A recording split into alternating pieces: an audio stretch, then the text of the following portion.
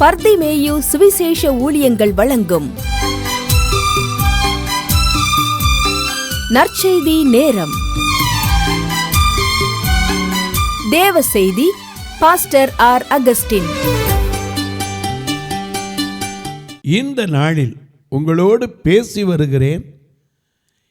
எப்படி வாழ வேண்டும், யாரைப் போல வாழக்கூடாது, எல்லாத்தையும் இந்த வேதத்தில் நமக்கு அழகாக எழுதி கொடுத்திருக்கார். நான் உங்களோடு பேசி வருகிறேன் 1 யோவான் 3ஆம் அதிகாரம் 12ஆம் வசனத்தின் அடிப்படையில். நீங்களும் பலமுறை இந்த வசனத்தை வாசித்திருக்கலாம். பொல்லாங்கனுடைய வழியில் வந்த காயினைப் போல இருக்க வேண்டாம் என்று ஆண்டவர் சொல்லியிருக்கிறார். என கண்பானவர்களே, இந்த வேதத்தில் இது இருபுறம் கருக்குள்ள பட்டயம். இந்த வேதத்துக்கு பேரே இருபுறம் கருக்கான பட்டயம். இங்கேயும் போடாது, அங்கேயும் போடாது. நாம் எப்படி வாழணும், எதை நினைக்கணும், நினைக்கக்கூடாது, எப்படி இருக்கணும், இருக்கக்கூடாது, எல்லாத்தையும் கற்றுக் கொடுத்திருக்கிறார். நான் கடந்த செய்தியில் உங்களுக்கு சொன்னேன், ஐயா எப்படி இருக்கக்கூடாது. உபாகமத்தில் 22ஆம் அதிகாரத்தை உங்களுடைய வேதத்தை எங்கே இருந்தாலும் தேடி கையில் எடுத்து திருப்பிக் கொள்ளுங்கள். உபாகமம் 22ஆம் அதிகாரம் 1 வசனத்தில் அது திருப்பி வச்சுக்கிறீங்களா? அப்படி எல்லாரும் எடுக்கிற வரைக்கும் அல்லேலூயா.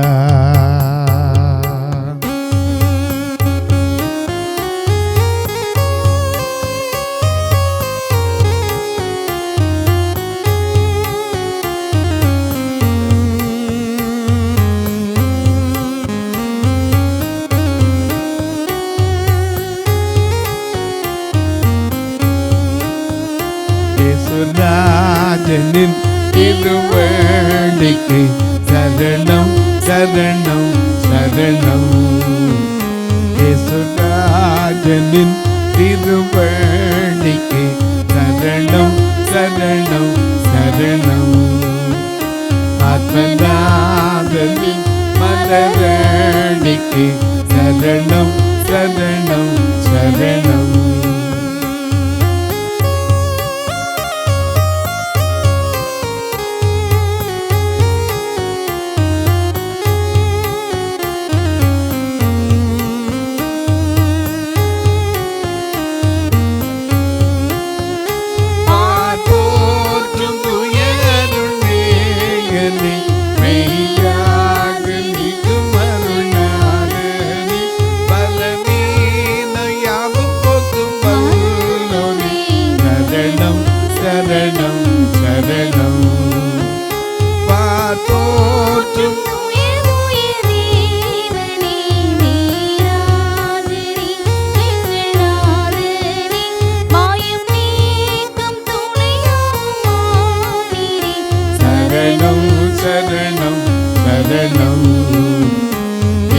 ராஜனின் திருவடிக்கு சரணம் சரணம் சரணம். ஆத்மநாதனின் மலரடிக்கு சரணம் சரணம் சரணம்.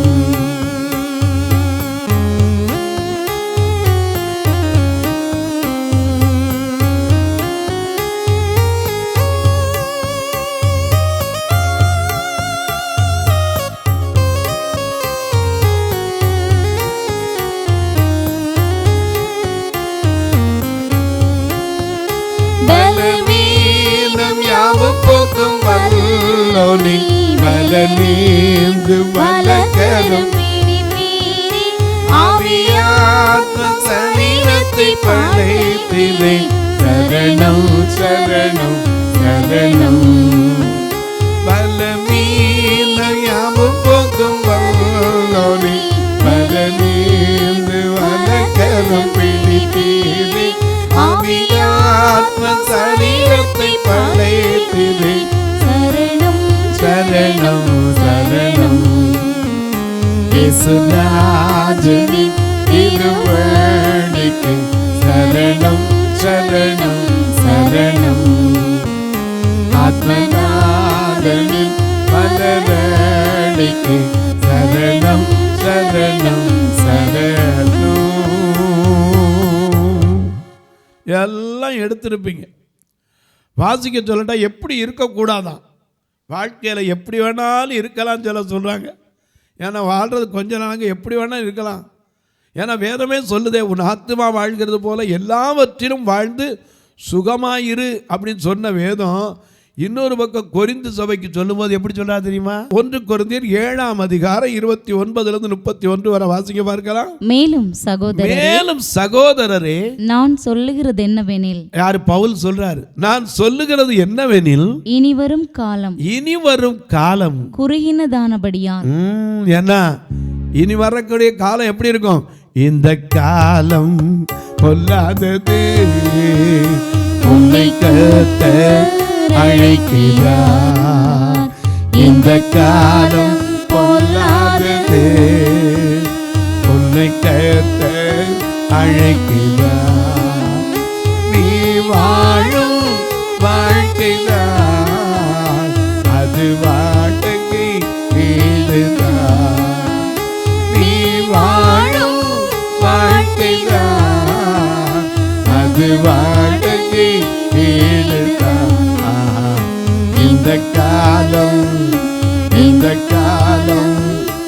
இந்த காலம் பொல்லாதது, உன்னை கர்த்தர் அழைக்கிறார். எனக்கு அன்பானே, வருகிற காலத்தை குறித்து இங்கே சொன்னார். திரும்ப வாசிக்க 1 கொரிந்தியர் 7:29. மேலும் சகோதரரே நான் உங்களுக்கு சொல்லுகிறது என்னவென்றால், இனிவரும் காலம். இதுவரைக்கும் வந்த காலத்தை பற்றி சொல்லலை, அப்பவே சொல்லியிருக்காரு. இன்னைக்கு நாம படிக்கிறோம், ஆனா அப்பவே எழுதி வச்சுட்டு போட்டார். இனி வரும் காலம் குறுகினதானபடியால். இன்னைக்கு ரொம்ப குறுகிருச்சு. ஏன்னா ஒரு காலத்தில் இங்கேருந்து ட்ரெயினில் போகணுன்னா காலையில் ஒரு வழியாக இருந்துச்சு. ராத்திரி 10 மணிக்கு நாங்கள் நாகர்கோவில் ஏறி படுத்தா காலையில் 6 மணிக்கு மதுரைக்கு போகும். ஆனால் இப்போ அப்படி இல்லை, 2 மணி நேரம் 3 மணி நேரத்தில் அடுத்த போய் டக்குன்னு நின்றுது. அதை விட வந்தே பாரத் வந்துடுச்சு, 1 மணி நேரம் 50 நிமிஷத்தில் கூட இங்கேருந்து ஓடி போயிடறான். அந்த அளவுக்கு ரொம்ப காலம் குறுகி இருக்கிறது. வளர்ச்சி, அவ்வளோ வளர்ச்சி. எல்லாரும் கையிலையும் இன்டர்நெட் ஃபோன்களெல்லாம் வந்திருக்கு. ஆனால் அதே சமயத்தில் கெட்டு போகிறது ரொம்ப சீக்கிரமாக கெட்டு போயிடுறாங்க. ஃபோனை வச்சு இன்றைக்கி எத்தனை பேர் சீர்கெட்டவர்கள், சீரியல் பைத்தியங்கள் எத்தனை உண்டு. எனக்கு அன்பானுள்ளே நல்லா தெரிஞ்சுக்கங்க, இனி வரக்கூடிய காலம் கொடிய காலம். அதனால தான் அன்னைக்கே சொன்னார், இது வேதனை காலம், மகா சோதனை காலம். ஏன்னா கடைசி காலத்தில் மனுஷர்கள் எப்படி மாறுவாங்கன்னு எழுதி வச்சார் பவுல். தீமோத்தேயுக்கு எழுதும்போது 2 தீமோத்தேயு 3ஆம் அதிகாரத்திலே மிக தெளிவாக எழுதியிருக்கிறார். என்ன எழுதியிருக்கிறார்? கடைசி காலத்திலே கொடிய காலங்கள் வரும் என்று நீங்கள் அறிந்து கொள்ளுங்கள் அப்படின்னு சொன்னவர் என்னென்ன நடக்கும்னு எழுதியிருக்கார். மனுஷர் எப்படி இருப்பாங்கன்னு எழுதியிருக்கார். வாசிக்க பார்க்கலாம். 2 தீமோத்தேயு 3ஆம் அதிகாரம் 1 வசனத்திலிருந்து. மேலும் கடைசி நாட்களில் கொடிய காலங்கள் வரும் என்று அறிந்து கொள்ளுவாயாக. எப்படியெனில் மனுஷர்கள் தற்பிரியராய், அதாவது தன்னையே பிரியப்படுத்திக்கிறது. தனக்கு தான் எல்லாம், எனக்கு எனக்கு எனக்கு எனக்கு. சாலமோன் அப்படிதான் எனக்குன்னு கட்டினான். எனக்காக பெரிய வேலைகளை செய்த, எனக்காக பெரிய குளங்களை வெட்டின, வேலைக்காரிகளை சம்பாதிச்சேன். 2ஆம் அதிகாரத்தில் 4ஆம் வசனத்திலிருந்து பார்த்தீங்கன்னா அவர் வரிசையாக சொல்கிறார், எனக்காக பெரிய பெரிய வேலைகளை செய்தேன், பெரிய வனங்களை உண்டாக்கினேன், சிங்கார வனங்களை உண்டாக்கினேன், எனக்காக பெரிய வேலைக்காரர்களை வச்சுருந்தேன், அவங்க அடிமைகள் பிறந்தார்கள், தண்ணீர் பாய்ச்சறதுக்கு குளங்களை வெட்டினேன், அதை வெட்டினேன், இதை வெட்டினேன்னாரு. கடைசியில் எல்லாம் மாயிட்டார். ஏன்னா கடைசி காலம். ஐயா, நாம் நினைக்கிறோம் இப்போ நிற்கிற கடைசி காலத்தில் தான் நிற்கிறோம். எந்த நிமிஷம் என்ன நடக்கும் தெரியாது. கேரளாவில் இப்போ பார்த்தீங்க, வயநாட்டில் பேஞ்ச மழையில் எத்தனை பேர் காணாமல் போனாங்க. எனக்கு அன்பானவர்களே, நாம் பாடுறோமே, பூமி அதிர்ந்தாலும் ஆழி பொங்கினாலும் என்ன நேரிட்டாலும் அஞ்சேடு. பூமி அதிர்ந்தாலும் ஆழி பொங்கினாலும் என்ன நேரிட்டாலும் அஞ்சேடேன். யெகோவா துணை நிற்கிறார் அஞ்சேடேன். காலம் அவர் கைவிடா அஞ்சேடேன். பூமி அதிர்ந்தாலும் ஆழி பொங்கினாலும் என்ன நேரிட்டாலும் அஞ்சேடேன்.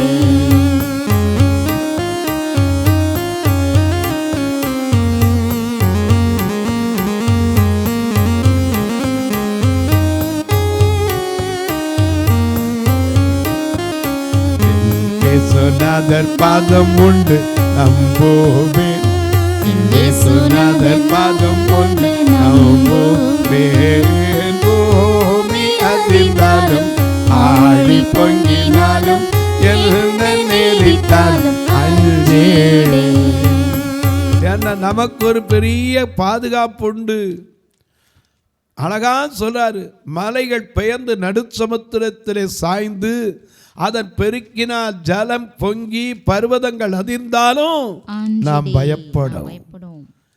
ஏன்னா நமக்கு ஒரு நதி உண்டு, அது ஜீவ நதி. அது தேவனுடைய நகரத்திலிருந்து ஒரு சந்தோஷப்பிக்கும். எனக்கு அன்பானவர்களே, நல்லா கவனிங்க, எப்படி வாழக்கூடாது. ஏன்னா கடைசி காலத்தில் வாழ்கிற நமக்கு பல காரியங்களை எழுதியிருக்கார். காயினை போல இருந்துடாதீங்கன்னு அவர் எப்படி வாழணும் ஒவ்வொருத்தருக்கும் ஆலோசனை கொடுக்கிறார். இங்கே சொல்றாரு, கடைசி காலத்திலே கொடிய காலங்கள் வரும் என்று அறிவாயாக. அது எப்படி விளக்கமும் சொல்றாரு. மனுஷர்கள் வேற யாரை பற்றியோ பேசலை, மனுஷர்கள் தற்பிரியராய் பணப்பிரியராய். இன்னைக்கு எத்தனை பேர் தற்பிரியராக இருக்கிற ஆமான போல ஆவி. ஆமானுக்கு என்ன தெரியுமா? என்னத்தான் ராஜா கூப்பிட்டுருக்காரு, என்னத்தான் கனம் பண்ணுறாரு, விருந்துக்கு கூப்பிட்டுருக்காரு, என்னையும் ராஜாவை தவிர யாரையும் கூப்பிடலை, என்னை எல்லாரும் நமஸ்கரிக்கணும். இதுதான் ஆமானின் ஆவி. என்னத்தான் எல்லாரும் கனம் பண்ணணும். எனக்கு அன்பானவர்களே, அவர் சொல்லியிருக்கார், என்னை கனம் பண்ணுகிறோடு நான் கனம் பண்ணுவேன். அவர் நம்மளை கனப்படுத்தணும். நாம் நம்மளே என்ன செய்யக்கூடாது, தற்பிரியராயிடக்கூடாது. அதனால தான் கொரிந்து சபைக்கு எழுதுகிறான், தங்களை கொண்டு தங்களை அளந்து தங்கள் எல்லாம் தனக்காக, எனக்கு எனக்கு எனக்கு. ஏன்னா அந்த தவளை சொல்லும்ல மழை பெய்யும் போது, எனக்கு தான் எனக்கு தான் எனக்கு தான். மொத்தமாக கேட்கும்போது கடை எனக்கு தான் எனக்கு தான் எனக்கு தாங்க. இன்னொரு மழை சொல்லும், இல்லை எனக்கு தான் எனக்கு தான் எனக்கு தான், அது சொல்லும். அது மாதிரி மனுஷர்கள் கடைசி காலத்தில் தற்பிரியராய், முதல்ல தற்பிரியராவி இருக்கக்கூடவே கூடாது. அதனால தான் கலாத்தியருக்கு பவுல் சொல்றாரு, இப்பொழுது நான் மனுஷரையா தேவனையா. 1 கலாத்தியர்ல 1:10 அப்படித்தான் வாசிக்கிறோம். இப்பொழுது நான் மனுஷரையா தேவனையா யாரை நாடி போதிக்கிறேன்? நான் இன்னும் மனுஷரை பிரியப்படுத்துகிறவனாய் இருந்தால் நான் கிறிஸ்துவின் ஊழியக்காரன் அல்லவே. யாரை பிரியப்படுத்தணும்? கர்த்தரையே. எனக்கு அன்பானவர்களே, வானங்கள் தேவனுடைய மகிமை வெளிப்படுத்துது, ஆகாய விரிவு அவருடைய கரத்தின் கிரியை அறிவிக்கிறது, பகலுக்கு பகல் வார்த்தைகளை பொழிகிறது, இரவுக்கு இரவு அறிவை தெரிவிக்கிறது. ஆனால் அவைகளுக்கு பேச்சும் கிடையாது, வார்த்தையும் கிடையாது. அது தன் மணவரையிலிருந்து புறப்படுகிற மணவாளனை போல சூரியனை சொல்றாரு. அது எப்படி புறப்படுதான்? கல்யாண மாப்பிள்ளை எப்படி கம்பீரமா கிளம்புவாரு, சோர்ந்து போயா போவாரு. அது தன் மணவரையிலிருந்து புறப்படுகிற மணவாளனை போல இருந்து பராக்கிரமசாலியை போல தன் பாதையில் ஓட ஒவ்வொரு நாளும் அப்படியே இருக்கு. நாம ஒரு நாளை விட்டு ஒரு நாள் ஆனா என்ன வாழ்க்கை சோர்ந்து போறோம். ஏன்னா நம்மளை நாம பிரியப்படுத்தி வாழ்றோம். தற்பிரியரா இருக்கக்கூடாது. எனக்கு அன்பானுடைய தற்பிரியரா வாழ்ந்த ஆமானுடைய நிலை என்னாச்சு? ஒரு சமயத்தில் போனான், ஒரு தூக்கு மரத்தை செஞ்சுட்டு அவனை நமஸ்கரிக்காத மொர்தேக்காய் மேலே அவனுக்கு ஆத்திரம். அவனை வச்சு யூத குலத்தையே அழிக்கணும்னு யோசிக்க ஆரம்பிச்சிட்டான். யோசிச்சு இந்த மொர்தேக்காய் எப்படியா அழிக்கணும்னு சொல்லி ஒரு தூக்கு மரத்தை செஞ்சு 50 முழ உயரத்தில் செஞ்சிட்டார். செஞ்சு நிப்பாட்டிட்டு அவர் போகிறார். ராஜாட்ட போய் மட்டும் அனுமதி வாங்கிட்டு வந்துடுவேன், ஏற்கனவே என் கையில் எல்லா அதிகாரத்தையும் வாங்கிட்டேன், இதையும் வாங்கிடுவேன் போய் நிற்கிறார். அங்கே போகிற நேரம் ராஜாவுக்கு ராத்திரியில் தூக்கம் வரல. நாளாகம புஸ்தகம் டைரி வாசிக்கப்பட்டது. அதில் ஒன்று எழுதிருந்துச்சு, ராஜாவை கொலை செய்யும்படி பித்தானா தேரேஸ் என்ற ஒரு 2 பேர் வர்மம் வைத்து வந்தபோது மொர்தேக்காய் அவர்களை தப்புவித்தான். என்று எழுதப்பட்டிருந்துச்சு. அப்போ ராஜா கேட்டார், ஏதாவது அவனுக்கு செய்யப்பட்டதா? ஒன்றுமே செய்யப்படல. இப்படி யோசிச்சுட்டு இருக்கும்போது ஆமான் வந்து நிற்கிறான். வெளியே நிற்கிறது யாரு? ஆமான் அமைச்சர். உள்ள வர சொல்லு. அப்போ கேட்குறார், அமைச்சர்கிட்ட யோசனை கேட்குறார், நான் ஒருத்தனை கனம் பண்ணணும், எப்படிலாம் கனப்படுத்தலாம் கொஞ்சம் சொல்லுங்க என்னார். இவன் என்ன நினச்சிக்கிட்டா தெரியுமா? என்னை அன்றி ராஜா ராஜா அந்த வசனத்தை வாசிங்க. 6 வாசிங்க. ஆமான் உள்ளே வந்த போது ராஜா அவனை நோக்கி ராஜா கனம் பண்ண விரும்புகிற மனுஷனுக்கு என்ன செய்யப்பட வேண்டும் எல்லாம் எனக்கு சொல்லுப்பா, எப்படி செய்யணும், எப்படி இருக்கணும், கொஞ்சம் ஆலோசனை கொடுன்னு அமைச்சர்ட்ட ராஜா கேட்டார். அதற்கு ஆமான் என்னை அன்றி யாரை ராஜா கனமண்ண விரும்புவார் என்று. தற்பிரியத் என்னத்தானே ஐயா, என்னையும் அவர் நிச்சயமா கனம் பண்ணுவார். ஆனால் நாம் அவரை கனப்படுத்துறோமா? என்னை கனம் பண்ணுகிறவனை நான் கனம் பண்ணுவேன். அதனால தான் நாம் எல்லாத்துக்கும் பாடுறோம், தலைமுறை தாங்கும் வினோதர் உலகமு தோன்றி ஒழியாத. தலைமுறை உலகமு தோன்றி ஒழியாத. ஆத்துமமேயம் உள்ளமே உன்னாண்டவனை தொழுதேற்று நாள்வரை அன்பு வைத்தாதரித்த ஆண்டவனை தொழுதேத்து போற்றிடுப்பானோ போதலத்துள்ளோ சத்துதற்கரிய நன்மையுள்ள. போற்றிடுப்பானோ போதலத்துள்ளோ சத்துதற்கரிய நன்மையுள்ள. ஆத்துமமே என் ஆண்டவனை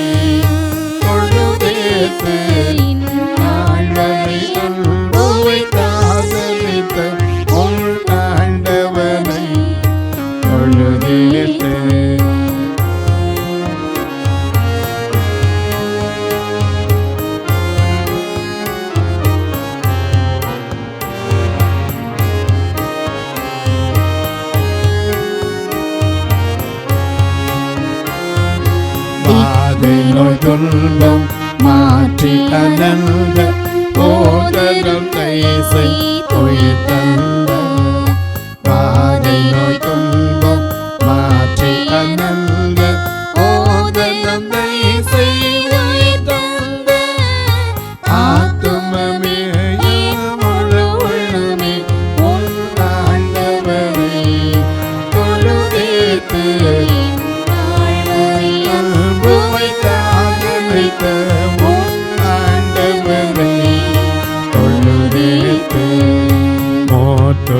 இறங்கி உரிமை பாராட்டும் முற்றும் கிருபையினால் மூடி சூட்டும். இறங்கி உரிமை பாராட்டும் முற்றும் கிருபையினால் மூடி சூட்டும். ஆத்துமமே முழு உள்ளமே தொழுதேத்து நாள்வரை ஆண்டவனை தொழுதேத்து. எனக்கு அன்பானவர்களே, கடைசி காலத்தில் எப்படி இருக்கணுமா பவுல் சொல்லியிருக்காரு. ஏன்னா உங்களுக்கு எல்லா காரியத்தையும் சொல்றேன். அதுக்கு முன்னாடி 1 கொரிந்தியர் 7:29 வாசிங்க. மேலும் சகோதரரே நான் சொல்லுகிறது என்னவெனில், இனி வரும் காலம் குறுகினதானபடியால் மனைவிகள் உள்ளவர்கள். நல்ல கவனிங்க, மனைவி இருக்கலாம், ஆனா மனைவிகள் உள்ளவர்கள் மனைவிகள் இல்லாதவர்கள் போலவும். ஆண்டவருக்காக அர்ப்பணிக்கணும். சில சொல்ல போனா நம்முடைய வசதிகளை விட்டு கொடுக்கணும். மனைவிகள் உள்ளவர்கள் மனைவிகள் இல்லாதவர் போலவும், அழுகிறவர்கள் அழாதவர்கள் போலவும், சந்தோஷப்படாதவர்கள் போலவும், கொள்ளாதவர்கள் போலவும், இவ்வுலகத்தை அனுபவிக்கிறவர்கள் தகாத விதமாய் அனுபவியாதவர்கள் போலவும் இருக்க வேண்டும். இப்படித்தான் வாழணும்னு இந்த வேதம் கற்றுக் கொடுத்திருக்கிறது. தொலைக்காட்சியில் பார்க்கிற அன்பு மக்களே, இந்த நிகழ்ச்சியை நாள்தோறும் பார்க்குறீங்க, கேட்குறீங்க, பரவசம் அடைகிறீங்க. ரொம்ப நல்லது. அநேகர்லாம் கேட்குறீங்க, உமக்கு கண்ணு தெரியுமா தெரியாது ஐயாங்கிறீங்க. நிச்சயமாக சொல்ல 2 வயசுலேருந்து எனக்கு கண்ணு தெரியாது. ஒரு அம்மை நோயினால் போனதுனால 2 கண்ணும் பார்வை போய் 1000 வாட்ஸ் பல்பு போட்டால் கூட தொட்டு பார்த்தா தான் பல்பு சூடு தான் தெரியும், லைட் தெரியாது. நம்பிக்கை இருந்தால் வந்து பாருங்கள், நம்பிக்கை இல்லைனாலும் வந்து பாருங்கள். எனக்கு கண்பானவர்களே, அதனால தான் இந்த பார்வையற்ற மக்கள் மேலே எனக்கு ஒரு தாகம் வந்துச்சு. ஏன்னா இவர்களும் ரட்சிக்கப்பட வேண்டுமே, இவர்களுக்கும் ஒரு ஆலயம் வேண்டும், இவர்களையும் ஒரு மனிதர்களாக மாற்றணும், எல்லாரும் போல இவர்களும் வாழணும், குடும்பமாகணும், பிள்ளைகளை பெற்று அனுபவிக்க வேண்டியவைகளை தகுந்த விதத்தில் அனுபவிக்கணுங்கிறக்காக தான் இவங்களுக்கும் மதுரையில் ஒரு சபை, திருநெல்வேலியில் ஒரு சபை வச்சோம். இன்றைக்கி மதுரையில் இருக்கிற சபையெல்லாம் பார்த்தீங்கன்னா, ஐயா கொஞ்சம் யோசிச்சு பாருங்கள், ஒரு ஞானஸ்நான தொட்டி 2004 கட்டினோம். அது கிட்டத்தட்ட 20 வருஷம் குடிக்கிற தண்ணிக்கும் பிரயோஜனப்பட்டுச்சு, ஞானஸ்தானம் கொடுக்கறதுக்கும் பிரயோஜனப்பட்டுச்சு. இப்போ அந்த டைல்ஸ் எல்லாம் ஊறி போய் ஒரு அம்மையார் கட்டி கொடுத்தாங்க, பேர் சொல்லக்கூடாது. 20 வருஷம் இருந்தது, இப்போ டைல்ஸ் எல்லாம் பேர்ந்து அது திரும்ப அவ்வளவு எடுத்துகிட்டு காங்கிரீட் போட்டு டைல்ஸ் ஓட்டணும். 80,000 ரூபா செலவு. ஆண்டவர் சிலரை எழுப்பி தரணும். ஏன்னா குடிக்கிற தண்ணியும் அவசியம், ஆத்தும ஆதாயமும் அவசியம். இதற்காக ஜெபியுங்கள். மதுரையில் பார்வையற்ற பெண்களுக்கு, வயதானவர்களுக்கு யாருமே இல்லைன்னு சொன்னால் அவங்க அங்கே இருக்கலாம், அப்படிப்பட்டவங்களுக்கு இடம் வச்சுருந்தோம். அந்த இடத்துல ஓடு போட்டு தான் வச்சுருந்தோம், ஆஸ்பெட்டாஸ் ஓடு. ஆனால் 20 வருஷம் ஆனதுனால அந்த ஓடுகள்லாம் போயிடுச்சு. அதை திருப்பி ஓடு மாற்றணும்னு எனக்கு ஆசைப்பட்டு இன்ஜினியரை கூப்பிட்டு கேட்டேன். அவர் சொன்னால் இந்த ஓடு மாற்றினா 1.5 லட்சம் ஆகும், ஆனால் இனிமேல் ஓடு மாற்றாதீங்கன்னார். ஏன் பிரதர்னு, இனி மாற்றினீங்கன்னா இன்றைக்கி இருக்கிற வைக்கையில் வயசானவங்க எப்படி உட்காருவாங்க, நீங்கள் எங்கே கொஞ்சம் நேரம் உட்காருங்கன்னாரே பார்க்கணும். அப்போ தான் எனக்கு யோசனை வந்துச்சு, ஆமாம் அவங்களுக்கு அப்படித்தானே இருக்கும். அப்போ என்ன பிரதர் சரி சென்ட்ரிங்காக போடுங்க. எவ்வளோ பிரதர் ஆகும்? 6 லட்ச ரூபா இதுக்கு செலவு வந்துடும்னார். கொஞ்சம் யோசித்தேன். அவர் சொன்னால் என்ன யோசிக்கிறீங்க? இல்லை ஒன்றும் இல்லை, 6 லட்சம் இவ்வளவு நடத்தின ஆண்டவர் இனிமேல் நடத்த மாட்டாரான்னு பார்க்கணும். எனக்கு அன்பாரும் நீங்கள் இப்படிப்பட்ட காரியங்களுக்கு ஜெபியுங்கள். திருநெல்வேலி ஆலயத்தில் வயதான ஆண்களுக்கு வச்சுருக்கோம், ஒரு ரூம் தான் இருக்குது. தங்குறதுக்கு ஆட்களுக்கு இன்னொரு அறை கட்டப்படணும், அதுக்காக ஜெபிங்க. பார்வையற்றவர் மரித்தா கூட சொந்தக்காரங்க அடக்கத்துக்கு கூட கையிலேருந்து காசு ஒழிக்க மாட்டாங்க. ஏன்னா கண்ணு போச்சுன்னா எங்கே கொண்டு விட்டோம் அவ்வளோதான் போயிடுறாங்க. ஃபியூனரல் ஃபண்டு எப்பவும் வச்சுருக்கணும். மதுரையில் ஒரு கல்லறை தோட்டம் வைத்திருக்கிறோம், ஆண்டவர் அறிவார். திருநெல்வேலியிலையும் ஒரு கல்லறை தோட்டம் வாங்கணும். ஏன்னா கடைசியில் அவங்க போய் சேர்றதுக்கு ஒரு நல்ல ஒரு கல்லறை தோட்டம். ஏன்னா வயசுனுடைய வருகையில் இவங்க எந்திரிக்கணும். இவ்வளவு சத்தியத்தை சொல்லி இவங்களை நடத்தி கடைசியில் எங்கோ கொண்டு வச்சிடக்கூடாது, இயேசுவின் சத்தம் கேட்கணும். அதுக்காக ஜெபம் பண்ணுங்க. ஏன்னா எங்கள் பக்கத்திலே ஒரு 25 சென்ட் இருக்குது. அதை கிட்டத்தட்ட 3 தடவை வந்து என்கிட்ட கேட்டார், ஐயா சர்ச்சோடு இணைச்சிக்கோங்க, உங்களுக்கே உதவுமையா ஆட்களுக்குன்னார். எனக்கு ஆசை தான், ஆண்டவர் எழுப்பணுமே. ஒரு சென்ட் இப்போ சொன்னாங்க, நாங்கள் வாங்கும்போது முந்தி 10,000 ரூபா, இன்றைக்கி நிலவு ஒரு சென்ட் 80,000 ரூபா வந்துருச்சு. ஆண்டவர் தான் அதுக்கு எழுப்பி தரணும். நீங்கள் ஜெபம் பண்ணுங்கள். எப்படியா உதவ? ஒரு நாள் தொலைக்காட்சி நிகழ்ச்சி தாங்கலாம். இந்த பார்வையற்ற மக்களை கூட்டிகிட்டு வர்றதுக்கு ஒரு மாதத்துக்கு 10,000 ரூபா வேன் வாடகை கொடுக்குறோம். ஒவ்வொரு நாளும் சாப்பிடாமல் யாரையும் அனுப்புறதில்லை. உங்கள் பிறந்த நாள், திருமண நாள் போன்ற நல்ல நாட்களிலே ஒரு உணவு கொடுக்க உதவலாம், ஒரு கண்ணுதிரியாவுக்கு கண்ணாக உதவுற ஊன்றுகோலுக்கு உதவலாம், ஒரு ஃபியூனரல் ஃபண்டுக்கு உதவலாம். ஆனால் திரும்ப திரும்ப திரும்ப சொல்லுவேன், again and again telling to you, it's not compulsory, it's not an application. If you have a interested to do that, will you please welcome to participate in our ministry. Otherwise it's not compulsory. மற்றபடி உங்களை கட்டாயம் யாரையும் படுத்தலை. ஏன்னா ஆண்டவர் இதுவரைக்கும் நடத்தினார், கிட்டத்தட்ட 32 வருஷ காலம் நடத்தினார், இன்னும் நடத்துவார். எனக்கு கண்பாரோட எப்படியா நாங்கள் தொடர்பு கொள்ளலான்னு கேட்பீங்க. இதில் 2 ஃபோன் நம்பர் வந்துக்கிட்டே இருக்கும். அதில் ஜிபே, ஃபோன்பேலாம் உண்டு.